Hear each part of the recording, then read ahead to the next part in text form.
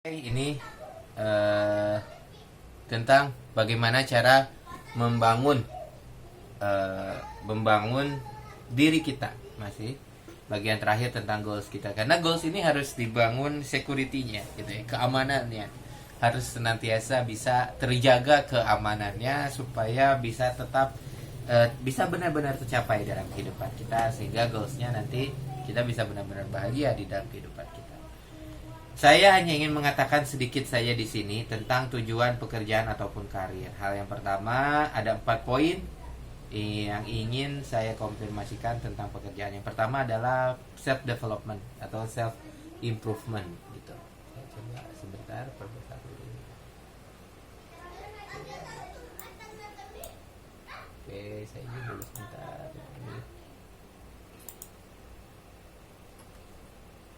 Oh, nggak bisa ya?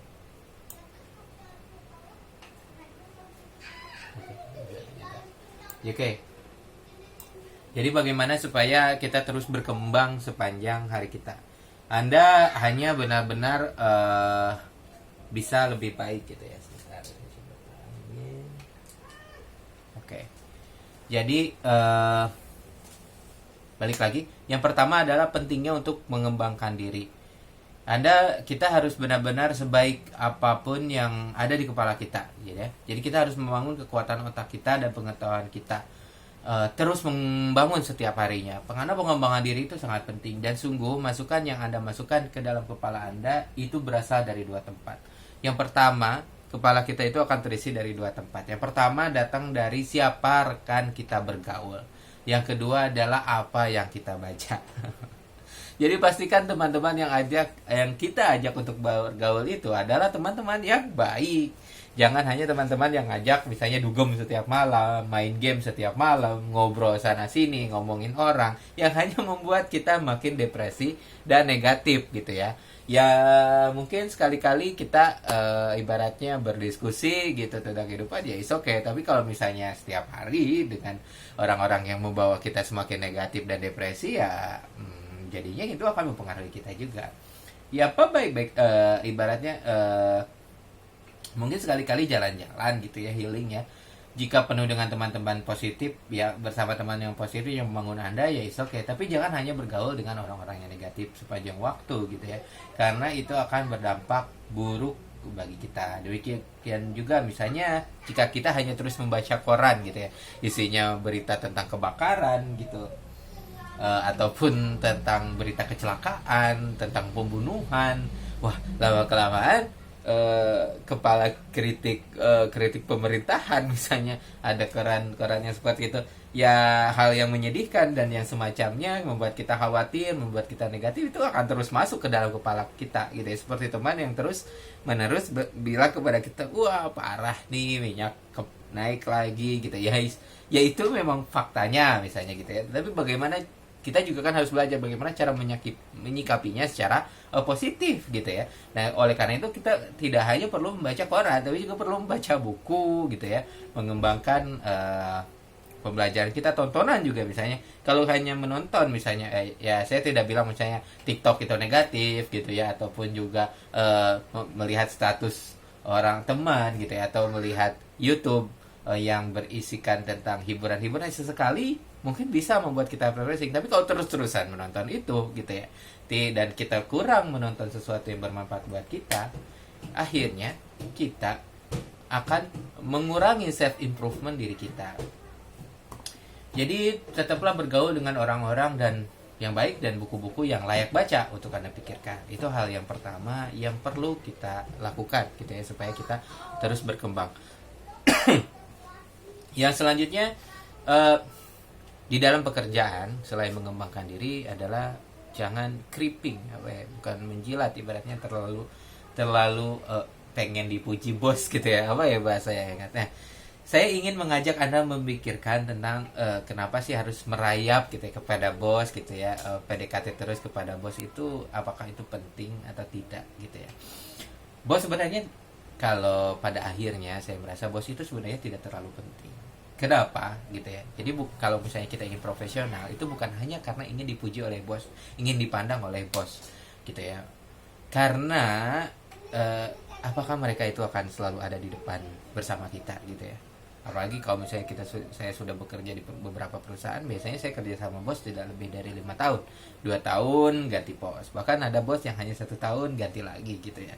Apakah bos kita akan selalu ada di sana gitu ya, akan bekerja terus sama kita? Apakah kita akan menginvestasikan seluruh waktu kita hanya untuk mengikuti perintahnya gitu ya, mengikuti tasnya tanpa benar-benar maksudnya tanpa benar-benar men-challenge back gitu ya setiap keputusannya? Ataupun juga kalau memang harus challenge gitu ya, kalau memang menurut kita itu benar, ya tidak apa-apa gitu ya untuk coba berkomunikasi dengan baik kepada bos gitu.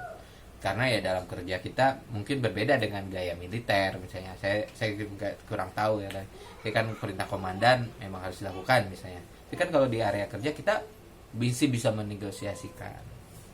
Kurang tahu ya, mungkin militer juga sama, masih bisa dinegosiasikan. Ada yang lebih bisa menjelaskan gitu ya.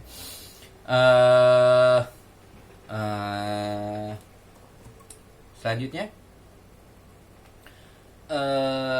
apakah mereka benar-benar peduli pada kita? Ini juga yang mungkin memiliki, setidaknya apakah bos kita itu benar-benar peduli kita, atau mungkin kita hanya sekedar kontak bagi mereka gitu ya. Oh, siapa sih kita gitu ya. Nah, disinilah kita harus meyakinkan kepada diri kita, tanyakan lagi, konfirmasi kepada diri kita, apakah benar-benar mengikuti sabda bos gitu itu benar-benar bisa bermanfaat buat kita. Itu harus direview lagi. Yang poin yang ketiga yang harus kita kembangkan untuk security our goals. Jadi goals tadi misalnya dalam karir ya jangan hanya karena bos gitu ya, tapi kita juga harus benar-benar memiliki prinsip, bisa benar-benar negosiasi, memang memiliki cara yang lebih efektif, efisien, ya bisa dikomunikasikan. Yang ketiga adalah Anda apakah seorang spesialis atau seorang generalis. Nah, sekarang orang cenderung ini ya, ada beberapa yang generalis gitu ya. Tapi selain kita penting memang mengembangkan diri, jangan penting gitu mempelajari berbagai macam keterampilan, mempelajari berbagai macam peluang, gagasan gitu ya. Tapi kita harus tetap memiliki T-shape dalam keterampilan kita. T-shape itu artinya selain kita butuh terampil, selain kita menyukai banyak hal, kita harus memiliki ceruk khusus, titik khusus, base camp yang benar-benar kita kuasai, keahlian yang benar-benar kita kuasai. Nah, inilah selain kita menjadi seorang generalis. Jika Anda hanya memiliki satu T-shape misalnya, atau sebaliknya Anda hanya memiliki satu keterampilan gitu, satu keahlian, itu pun bisa jadi resiko buat Anda. Jadi kita harus tetap memiliki suatu beberapa keahlian. Misalnya, oh saya jago programming, tapi juga saya jago self development. Misalnya saya juga menyukai arsitektur misalnya, atau saya juga menyukai tentang bagaimana desain. Saya tahu bagaimana cara mendesain dengan pensil gitu misalnya. Saya juga tahu bagaimana cara menggunakan Photoshop. Jadi, tapi saya lebih ahli menggunakan Photoshop misalnya. Jadi itu bisa dilatih. Jadi idenya adalah Anda tetap menjadi seorang generalis gitu ya. Atau misalnya Anda memang seorang generalis, menyukai banyak hal, nikmati itu. Tetapi jangan lupakan Anda harus memiliki spesialisasi di beberapa bidang gitu, di satu atau beberapa bidang yang T-shape Anda ada di mana gitu ya. Mungkin 2 gitu ya, keahlian yang benar-benar Anda ahli banget di sana. Ya di mana Anda di sana mulai mengikuti pelatihan-pelatihan yang menurut Anda penting gitu ya, atau Anda mulai melakukan ibaratnya memiliki tujuan yang lebih panjang di sana. Yes, itu sih. Jadi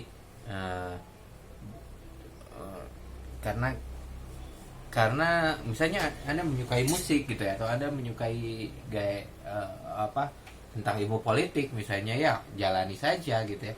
Karena semakin banyak keterampilan yang kita pelajari, semakin banyak yang kita baca, itu kita tuh semakin aman gitu ya. Goal kita semakin aman, kita juga semakin aman karena kita menyukai lebih banyak hal. Baik, selesai sudah slide ini. Terima kasih sudah menonton, mengikuti training ini.